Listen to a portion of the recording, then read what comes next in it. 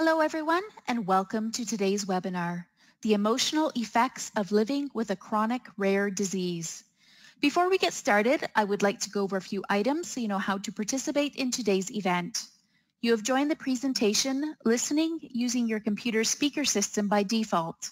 If you would prefer to join over the telephone, just select telephone in the audio pane and the dial-in information will be displayed.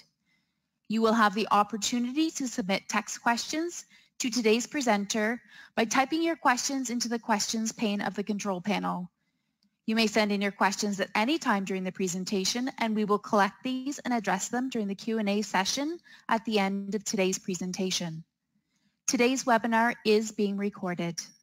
I would now like to pass the presentation over to Deb Fowler, who will introduce today's speaker. Over to you, Deb.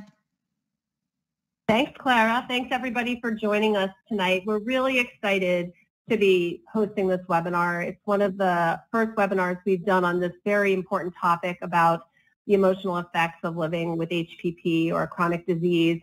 And we're really excited to bring this platform to you as it's something that we know is important. We've heard from you several times in terms of the importance of having this topic covered, and we're excited to actually have a member of our community here to talk about it with us. Sorry, I'm trying to change my slide and I don't look like I have control here. So, oh, there it is, I see it. There we go. So for those of you who are new to the Soft Bones community, I thought I would just take a couple moments to discuss our organization, what we do, how we're structured, and how we support the patient community. Here's a couple pictures from our patient meetings. Many of you know about our patient meetings. We have 2 coming up this year to celebrate our 10-year anniversary as a patient advocacy organization for HPP. One in La Jolla, California in July, and another one coming up in New Jersey in October.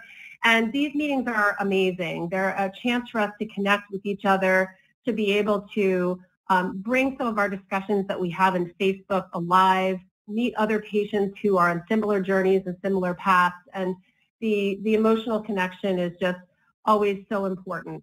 But that being said, next slide, we're much more than a patient meeting and a Facebook page. So we have an important mission, and we provide valuable information, education, and support for people living with HPP, their families and caregivers.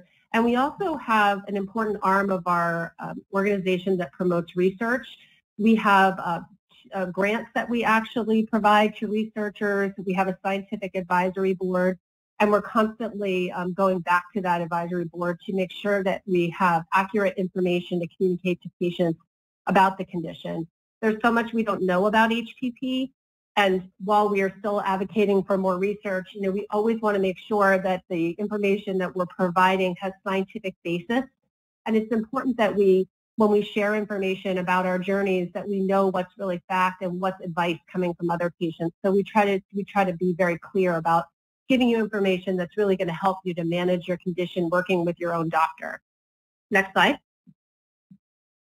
So as you may be aware, we've recently regionalized. We have 8 regions across the country, and if you find your state and color code it with the legend down below, you can see where some of those regions are, and we can put you in contact with your region lead.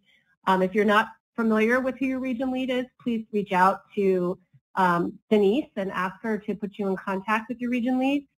There's lots of exciting things happening with local meetings. We had 2 this past weekend that were really well attended, and we have one coming up in Ohio that's really exciting in June. So lots to be on the lookout for, and lots of ways to communicate right in our own areas where we live.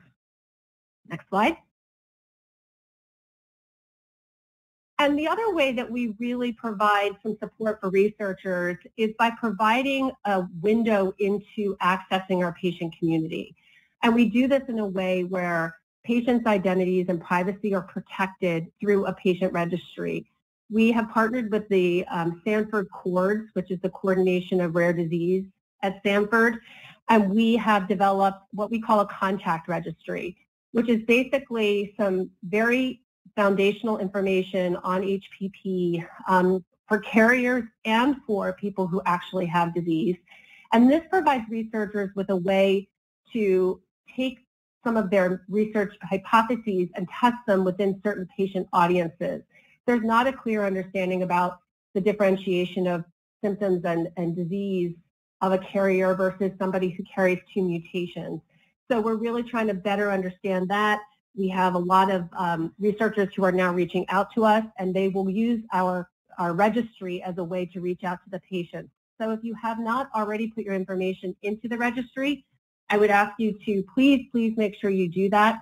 It is how we show our voice, our strength in numbers, and how the best way that patients who, whether they're on Facebook or maybe they are not even members of the soft bones community, they can still be contacted by researchers and opt in to share their information with them. It's all completely in your control.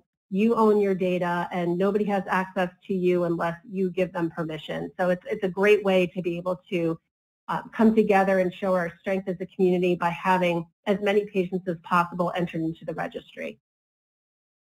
Next slide. So without further ado, I would like to introduce our speaker for tonight. Adriana Twomey is a licensed clinical social worker in the state of Connecticut. She received her bachelor's degree from Providence College, and she went on to get her master's in social work from Simmons College. She's been working in the field of clinical social work for 13 years. At the current time, she's a regional director of school-based behavioral health studies in New Britain, Connecticut. She works in a school-based health clinic in a high school and also has a private practice where she services both teenagers and adults. She treats patients who live with depression, anxiety, bipolar disorder, PTSD, which is post-traumatic stress disorder, among many others. She also helps people advocate for themselves and is a firm believer in self-care and the power of positive thinking. She has experience working with patients who have chronic diseases and has personal experience as well, as her son Ryan was diagnosed with hypophosphatasia at a year old. He's currently 6 years old. And Adriana lives in Connecticut with her husband Michael and her other son. She has 2 boys, Ryan, who's 6, and Johnny, who's 2. So Adriana, thank you for joining us tonight. I'm really excited about this webinar. Thank you, Deb, me as well. Can you guys hear me okay? Yeah, we thought we would kick things off by doing the poll. So we wanted to just throw a question out there to all of you. Just when you're looking for mental health support and you're trying to find any kind of emotional support, where do you and your family seek that support? Is it online, through family and friends, through a professional therapist, through a support group, or do you really just not really do anything? So we'll give everybody a few minutes to vote.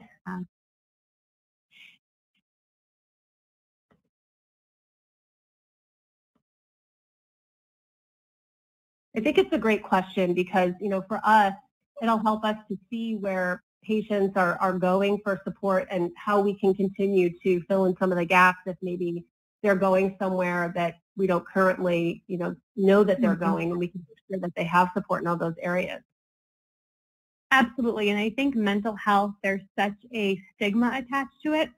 So to kind of open that up and really talk about where we can get help and who we can reach out to is really, really important. Absolutely. So here are the results. Adriana, I'm going to let you take it from here. Absolutely. So 44% online, 61% family and friends, 28 through a professional therapist, support group 50, and nothing 11. So definitely this is not surprising. I think a lot of people do reach out to their family and friends for support, which is awesome. And I think that's a great network to have. And I will get into that, as I do my presentation. Support groups are great. Soft bones just in and of itself online has been wonderful. Professional therapists, I'm certainly, in favor of that because of my job. Online, great. Google, right, and looking for different things on there is really helpful. And to see that the 11% do nothing, I'm hoping that after this presentation, maybe that will change a little bit. So you guys have, you can find more resources to help you get through some of the emotional effects that come along with living with specifically hypophosphatasia, but any rare disease, in general. Okay, awesome. So can I just click out of this? Let's see. Perfect.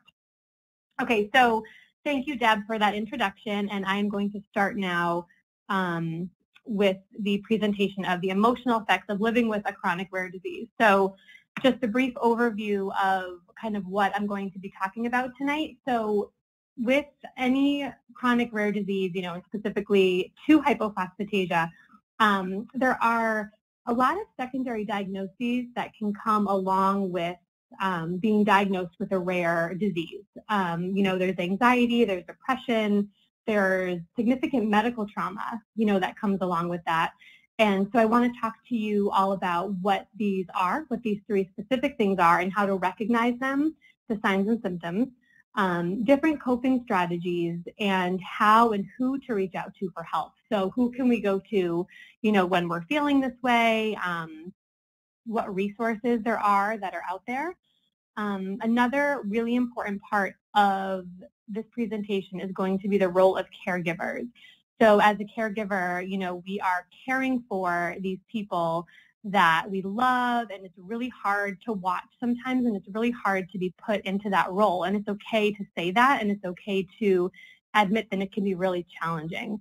So we're going to talk about the role of caregivers and the secondary trauma that can actually come about with being a caregiver, as well as burnout, and how to recognize burnout and how to learn self-care.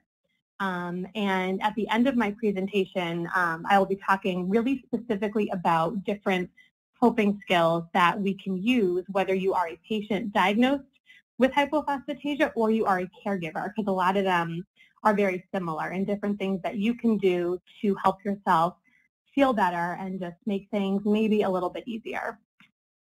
So I want to talk a little bit to begin about the process of being diagnosed with a rare disease. So definitely when we get that call from the doctor, or when we are in the process of being diagnosed, there's a lot of feelings that come up with this, right? So there can be a lot of anger, right? A lot of sadness, a lot of anxiety, waiting for that doctor's phone call, waiting for that genetic test result. It can be really, really challenging, to say the least. I think as a parent, there can be intense feelings of guilt, as if you're responsible for, passing this on to your child, or passing this on to a loved one in your family because you also have it. So I think there's a lot of guilt that comes along with the process of being diagnosed as a parent. There can be shame, feelings of isolation and hopelessness, especially with hypophosphatasia, because it is so rare. It can be very isolating, right? I have this disease that nobody else has, nobody understands me, nobody can really kind of relate to what I am feeling. So that in and of itself is very, very isolating. So we're going to talk about that, as we go through, the next half hour. Feeling like there's no one to talk to or anyone who will understand, that can really make us feel like we're kind of on an island by ourselves, right? And it can really make us feel that, we're kind of totally alone, which can be really, really depressing, and it can cause that anxiety, which we'll get into in a little bit.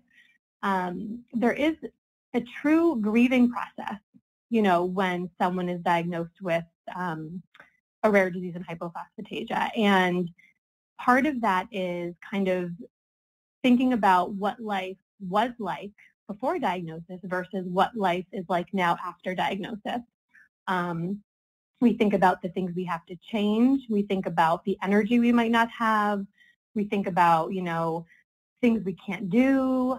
We can get really, really stuck in a place where it can feel pretty miserable. And, certainly this is not everybody's experience, but it is the experience of some. So there is a grieving process. And as a parent, we also go through a grieving process, and that's okay. We have a child who we love and is wonderful, and, we want them to live a certain life, and then boom, they're diagnosed with this medical issue that we realize could really significantly alter their life. And as a parent, that's okay to be upset about that. It's okay to be angry and be upset. And I think that's something that a lot of parents who have children with either hypophosphatasia or other rare diseases really can experience. So it's okay to feel like that. So as we kind of go through the next slides, I want to talk to you about 3 different specific secondary diagnoses. So we have depression, which is one diagnosis that a lot of people with rare diseases are diagnosed with depression. They're also diagnosed with anxiety or medical trauma. So certainly, you know, as I'm going through the next part of the presentation, you might kind of be like, oh my gosh, I feel like that, or that's something I experience. And kind of keep that in mind a little bit. It doesn't mean you necessarily have these diagnoses, because there's a certain criteria. You have to meet 5 out of 7 of them over a certain period of time.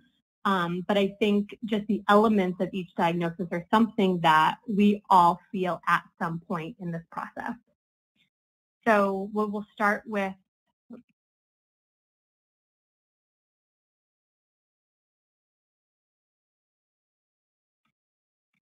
okay, so we will start with depression here.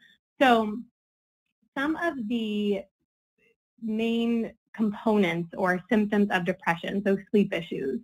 So a lot of people, you know, they either can't fall asleep at night, or they're not sleeping enough, or sleeping too much, or falling asleep and then waking up several times throughout the night, and it's just really disruptive sleep. So that is certainly a main symptom of depression. So increase in agitation. A lot of teenagers and younger children, rather than moping around and being sad, they actually are agitated. And it's the agitated, angry kids that it's an actual underlying depression rather than anger that's driving that agitation. We can have withdrawal from social activities, and we isolate ourselves. So, you know, we're diagnosed with this rare disease. We feel different from people. We're just not feeling ourselves. We don't want to explain ourselves to people. We don't want to, you know, people to be like, why are you so tired? Why are you always in pain? You know, so we just kind of remove ourselves from social situations. Weight loss can be a symptom, as well as weight gain. So eating too much or too little. Irritability, crying. A lot of times we can have difficulty forming relationships with people.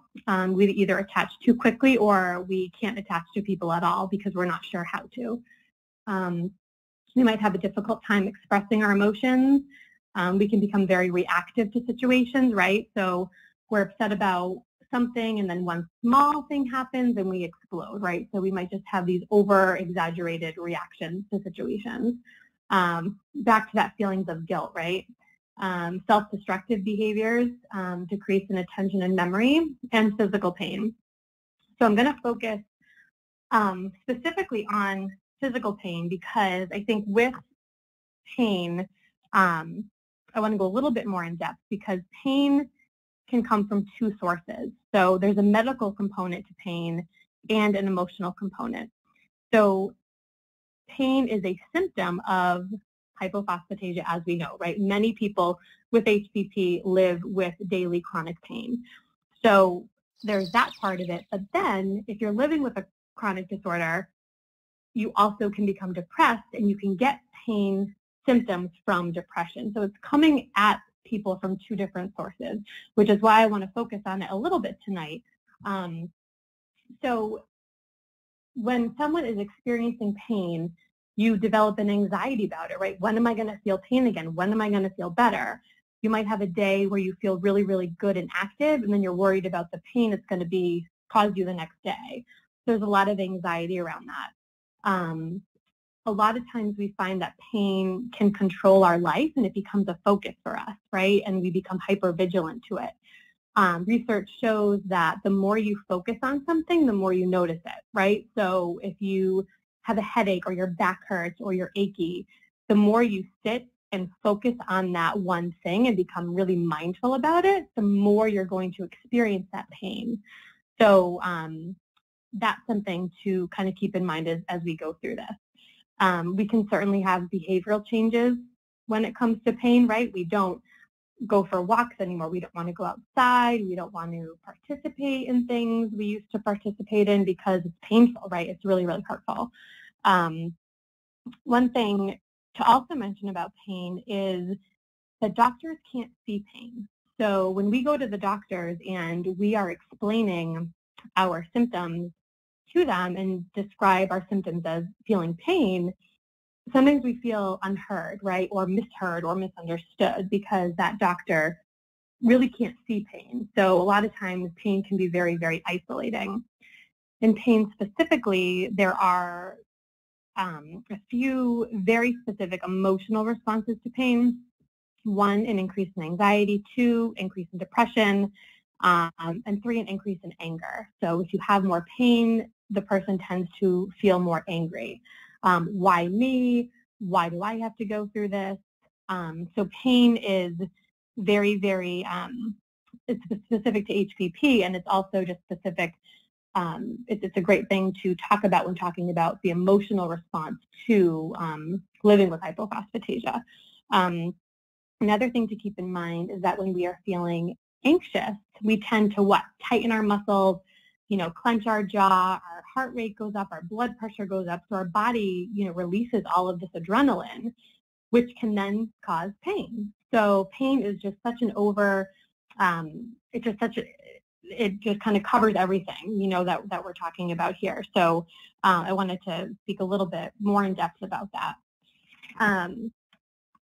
If we go on to anxiety, so a lot of people that are diagnosed with a rare disorder also have an underlying anxiety or an anxiety that results from being diagnosed with a rare disorder. So anxiety, right? You have fear, you have uneasiness, there are sleep problems as similar to those with depression, weight loss. Typically anxiety is weight loss because we are unable to eat when we are feeling anxious. We're not able to stay still. We're not able to stay calm typically when we are feeling anxious. There are a lot of physical symptoms with anxiety. So we can feel cold, sweaty, numb. We can have tingling hands or feet, shortness of breath, heart palpitations, dry mouth, nausea. A lot of people that go into full anxiety attacks or panic attacks feel that they're actually having a heart attack because it can feel like that tightness in your chest or like something really heavy sitting on your chest. So these are some really intense symptoms that somebody can feel, when experiencing that anxiety. So I kind of put this picture up here because I think it's a great kind of, it really depicts anxiety very, very well. So, I'm not going to read all of these on here, but you can certainly take a look and just see, restlessness, sweating, stress, fear, chest pains. There's a lot of different symptoms to anxiety that you might feel, right, as a result of having hypophosphatasia or a rare genetic disorder. So the third thing that I would like to talk about with as far as the psychological effects of living with hypophosphatasia is the medical trauma. So medical traumatic stress refers to the set of psychological and physiological responses to pain, injury, serious illness, medical procedures, and invasive or frightening treatment experiences. And it's really important to note too that medical trauma can result from either a single event or multiple medical events. So one thing to kind of keep in mind is, those of us that have children, right? So these children go for, blood draws. They go for really pretty intensive surgeries. They go for genetic testing. So they go for all of these things. And sometimes we assume, okay, they go for the testing, they're done, they're fine, but they themselves might be experiencing this medical trauma. So to kind of keep that in mind too, children that have medical trauma typically will present with post-traumatic stress disorder symptoms. So that could be nightmares, fear, anxiety over going to the doctor, fear of appointments, feeling very anxious, not sleeping well at night, regressive symptoms. If you have a child who typically, doesn't wet the bed or is fully potty trained, they might go backwards and have some of that regression. They could seem very irritable, which would be that depression piece, right? We talked about, depression looking like irritability in younger children and teenagers. So just to keep that in mind. And certainly as adults, we can have that medical trauma too, right? Any invasive or frightening treatments that we might have, our experience to that can also result in medical trauma. We may have nightmares from it. We may feel really nervous about going to a doctor. We might feel really anxious. So just to kind of keep this medical trauma in mind as well. So one thing, so this is just an overview of seeking help, and I will get into specific coping skills that people can do at the end of my presentation, but I think it's really important to recognize the symptoms and the emotional effects of being diagnosed with a rare disease, and certainly finding a therapist local to you that works with patients who have a secondary medical diagnosis, and working with a therapist who understands people who live with daily pain. That's very, very important. In my practice, I advertise as such, so I do get a lot of patients who have chronic back pain, who have chronic pain, who have different medical diagnoses, because you might work with that patient differently. And to find a support group. I know one of the poll questions was, finding a support group, and a lot of you did say that that was something you do. So connecting with others that have the same disease as you or the same medical issues. And I think that's where Soft Bones really comes into play and is really, really important, because it kind of gives people a place to talk together as a whole and really understand each other. So finding a support group can be very, very crucial in seeking help. So I want to jump to the role of caregivers. So a caregiver, as you know, is someone who is going to care for a loved one, a child, a family member, in this specific case, who is sick, right? Who might be more medically fragile, who might need more medical attention. So the role of caregivers is very important to talk about, because it can be very stressful and very, very rewarding at times also, but a lot of stressors. So we're going to talk about caregiver burnout. So caregiver burnout is the state of emotional, mental, and physical exhaustion caused by the prolonged and overwhelming stress of caregiving. So certainly, caregiving can be very rewarding, like I said, but it can be really, really stressful. So what do we do as caregivers of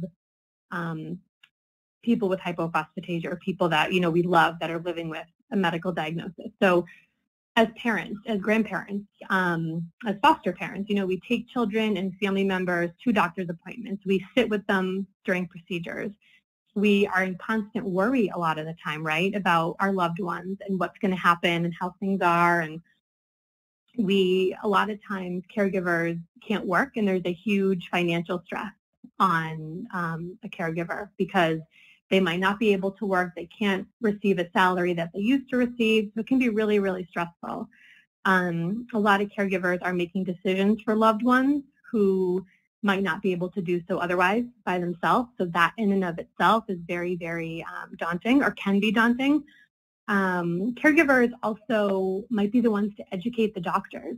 So specifically to hypophosphatasia, we are finding, that many doctors don't really know what it is, and we are working really hard to educate doctors on this diagnosis so that they can treat patients. But a lot of parents are spending much of their time Googling and educating doctors on their own. So not only are they taking their children to these appointments, but they're also educating the person that is treating their child. And that can be very, very stressful and overwhelming as a parent. So caregivers, give yourself some credit, because it's not always easy. It's really not always easy. Caregivers have a huge rate of burnout, right? So when you are caring for somebody, right, there's a lot of things that can happen, and a lot of things that you might recognize in yourself. And if you recognize any of these things on this slide, you might be getting a little bit burned out. So there can be withdrawal from family and friends of a caregiver. You might have loss of interest in activities that you previously enjoyed, feeling blue, irritable, hopeless, and helpless. As a caregiver, you might have changes in appetite, changes in sleep patterns, and also you might get sick more often. And the getting sick more often is when we are not taking care of ourselves, we are caring for someone else, and we're not eating properly, and we're not sleeping properly, our immune systems tank. They go down. So we might be getting sick more often. That's certainly a result of all of that. There is a secondary trauma that can also come about with caregivers, and I don't have a slide for this, but I do want to talk a little bit about it. As caregivers, we can experience a secondary trauma. Secondary trauma is different from burnout. So burnout is that feeling of just feeling burnt out, right? We are exhausted, we are tired. That's one side of it. The secondary trauma are, as a caregiver, a secondary trauma is the feelings and behaviors that result from indirect exposure to something traumatic. So as a caregiver, if we're seeing our loved one go through a surgery or go through different medical procedures, the secondary trauma is how we feel, how we are traumatized by that event that we see our loved one go through. So keep that in mind too. It's different than burnout, but it's also something really significant. And if you are feeling a secondary traumatic experience from caring from a loved one, to reach out to somebody and use some of the coping strategies and skills that I will be talking about shortly. So some tips to avoid this burnout and secondary trauma. Caring for yourself, okay? So getting enough sleep. That's really hard to do sometimes, and I certainly understand that, but making sure that you're sleeping enough, because if we don't get enough sleep, that increases our anxiety, it can increase our depression. Sleep is so, so crucial. Proper nutrition, certain foods that we eat, such as sugar and gluten and different dietary things, can actually increase depression.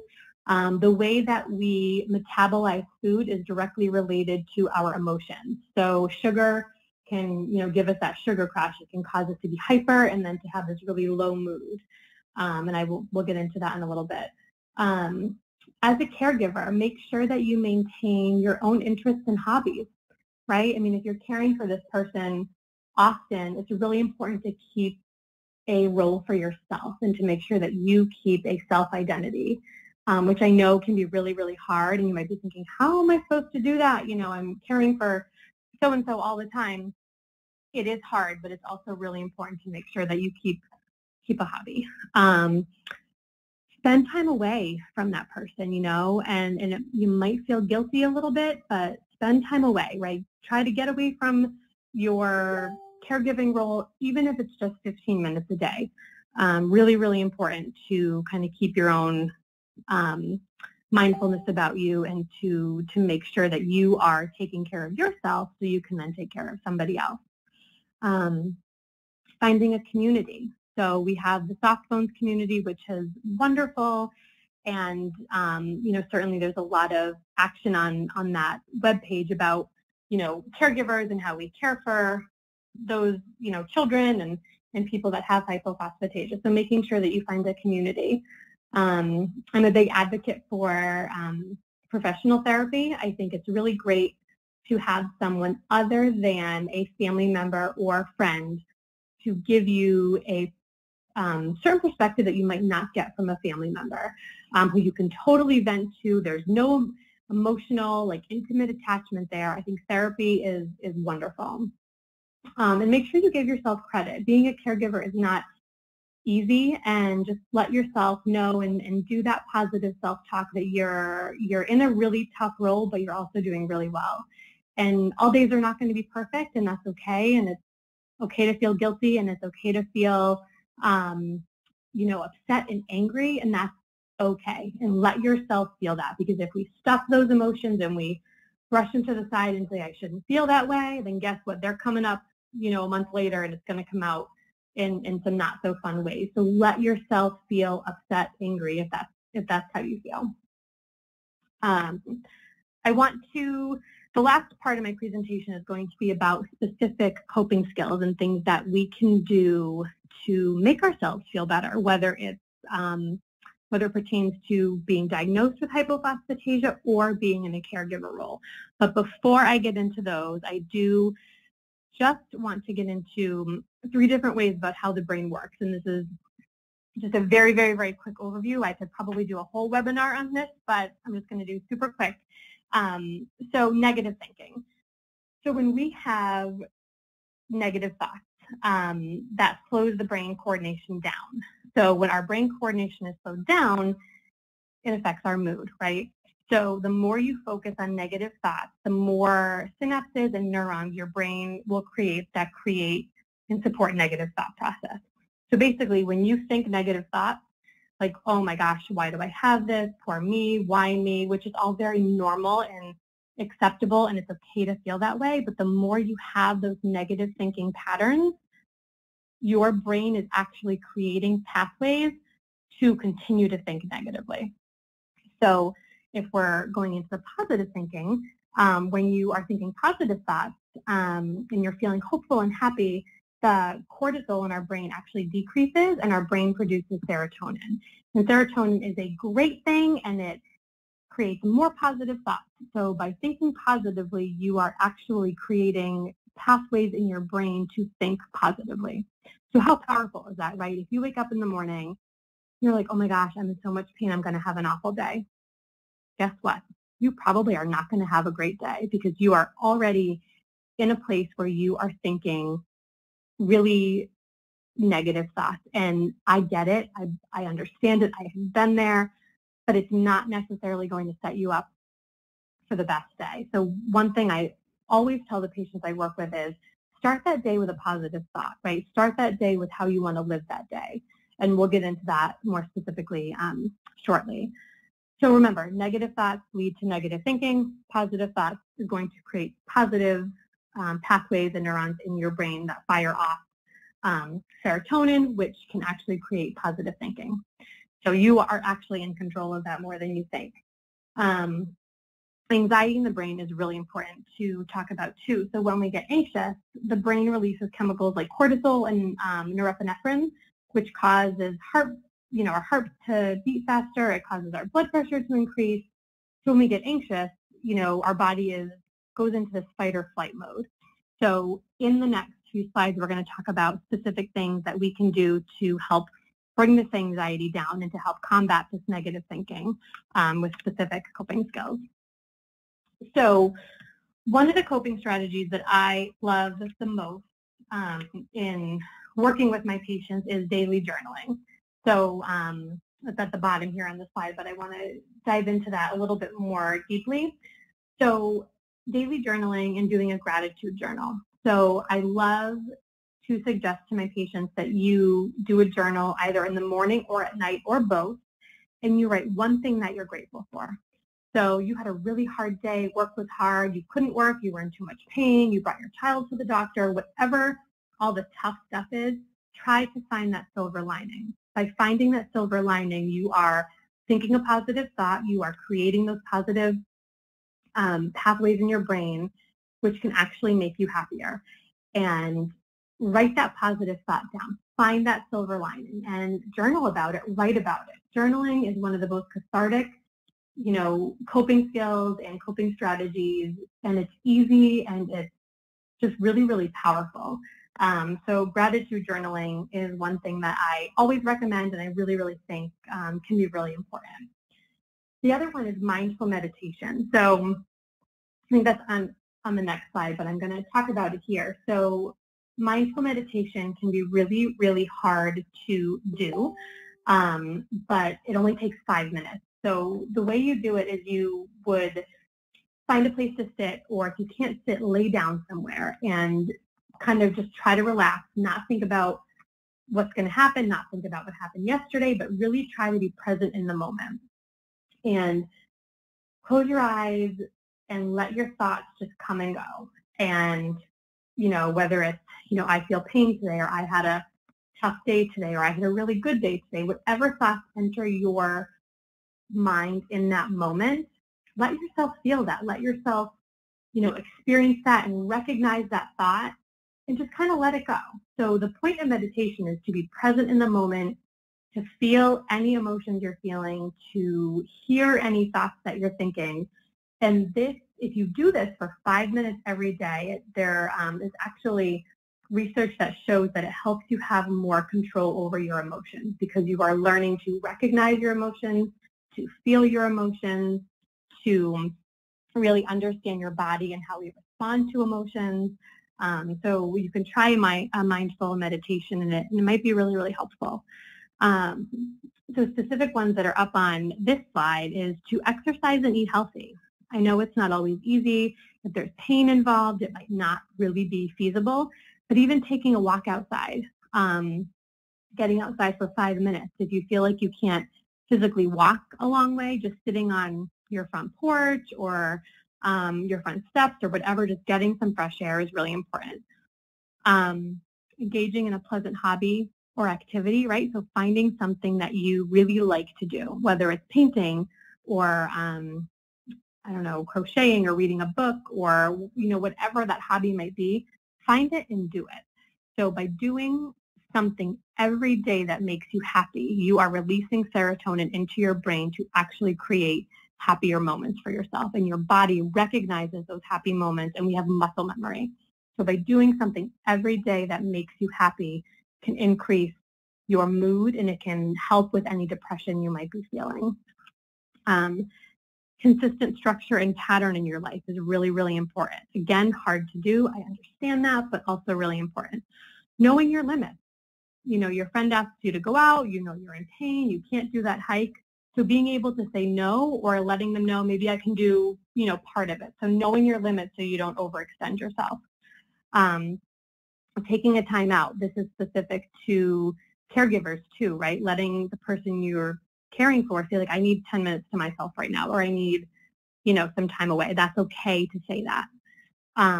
Seeking support from coworker, family, and friends. So I know this came up on the poll that a lot of you do reach out to them, and I think that's wonderful. And if you have a support network with that community is great.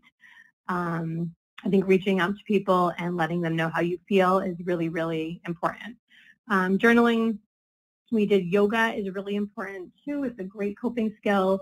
That breathing that comes with yoga can really, really help curb anxiety. So that's a really great thing too. Distraction. So I love this coping skill. I think it's really wonderful. If I'm going to go back to the pain example for a little bit. So if we're feeling pain in that moment and we're feeling really, really hurt, both emotionally and physically, finding something to distract yourself can be very, very helpful. Whether it's having a friend over or playing a game with your child or doing something to kind of get your mind off of that pain. If you focus more on pain, the more pain you're going to feel. So remember that. So if you distract yourself from it, you are actually lessening the pain. You might not feel it, but your brain is distracting yourself from feeling the pain. Music is a great coping skill for a lot of teenagers specifically. Relaxation skills, diaphragmatic breathing is really important, especially for those of us who are anxious.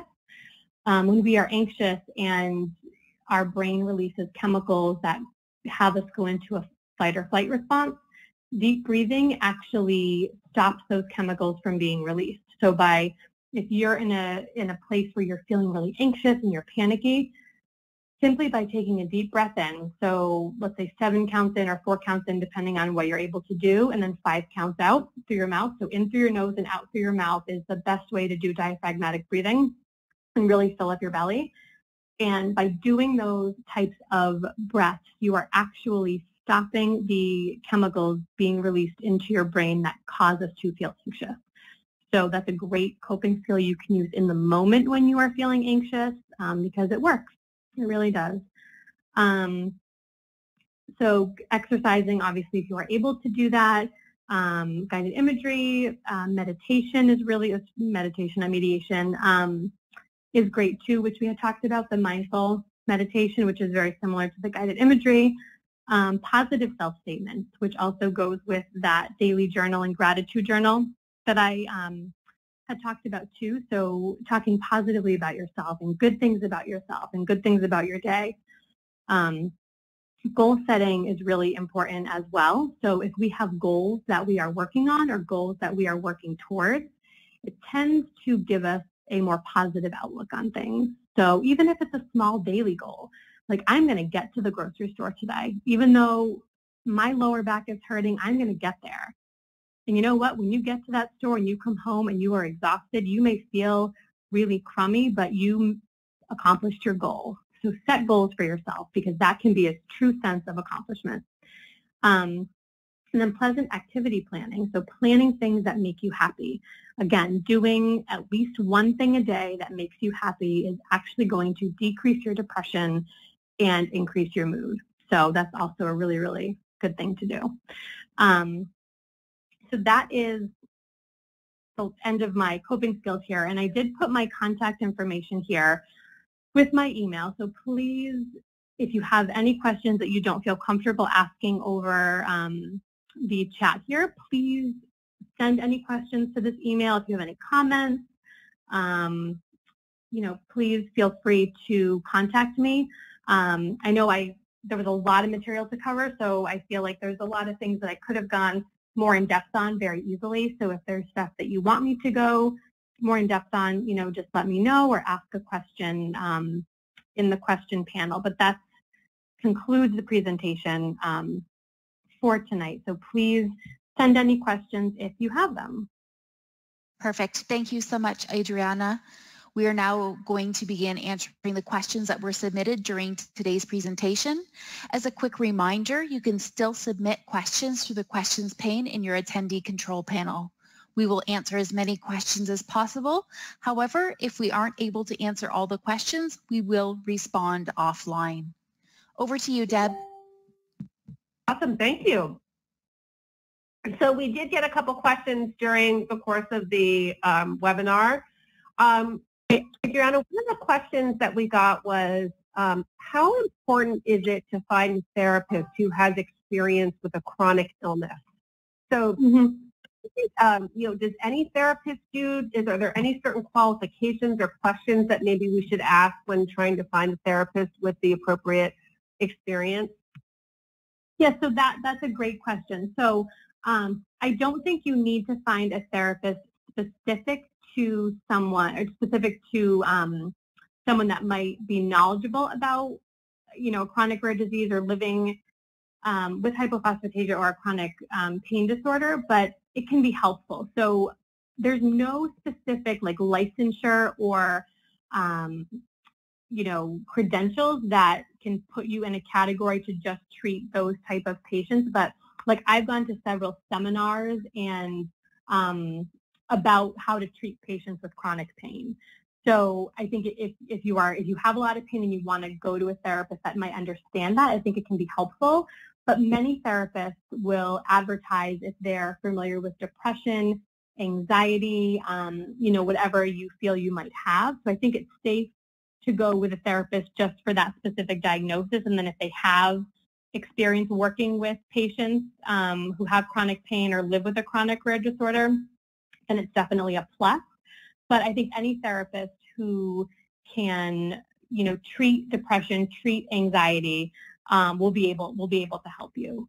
Because there's really no specific credentialing. It might just be a knowledge of. Right. Right.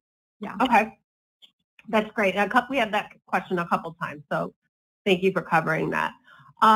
We have another question that kind of, I'm going to combine a couple questions that we got. One is, what's a good way to battle or deal with fatigue? And we had another question that was, how do you differentiate between pain that may be caused by mental health and depression versus physical pain caused by disease? I think that's a really great question for caregivers and for patients. How do you know when you're dealing with one or the other? Yeah, so the first question was about fatigue, right? How to combat that? Is that yes, the first one? Okay, so I think with fatigue, to be tired and have to go to a job and, handle children and live a life can be really, really exhausting. So one thing, you know, I'm thinking of specific people that I work with who have that as a symptom. And one of the biggest things to do is, and this can be really hard, is to ask for help. So if you're exhausted, you know, when you come home from work and you have, I don't know, your person-specific situation, but ask for help from family members, from a neighbor, and know that it's okay to ask for help. And it doesn't mean that, you know, you can't do it all, because we can't do it all, you know, so making sure that you have someone there to help you. There are certain foods that can actually increase fatigue, which, you know, gluten can slow us down. Sugar can increase our level of tiredness. So, you know, if this person can certainly email me directly, and I can send them a list of foods that can actually cause us to feel more tired and more sluggish. That may be, you know, something helpful. And to rest, like, I don't know, you know, if you have a husband or you have somebody at home, and let them know you need a nap, and don't feel selfish about it. That self-care is so important. And especially when you're dealing with living with hypophosphatasia, that self-care is even more important, because you need to make sure that you're taking care of yourself physically and emotionally. So I would say get help from people, eating the right foods, at work, maybe asking for accommodations if you're somebody that works. But you can certainly email me, and I am happy to answer that more in depth as well. And the second question about pain from a physical, you know, chronic or hypophosphatasia, we'll just say, versus pain from an emotional disorder. So typically, pain that is caused by anxiety and depression are felt in specific parts of our body. So we get tension headaches.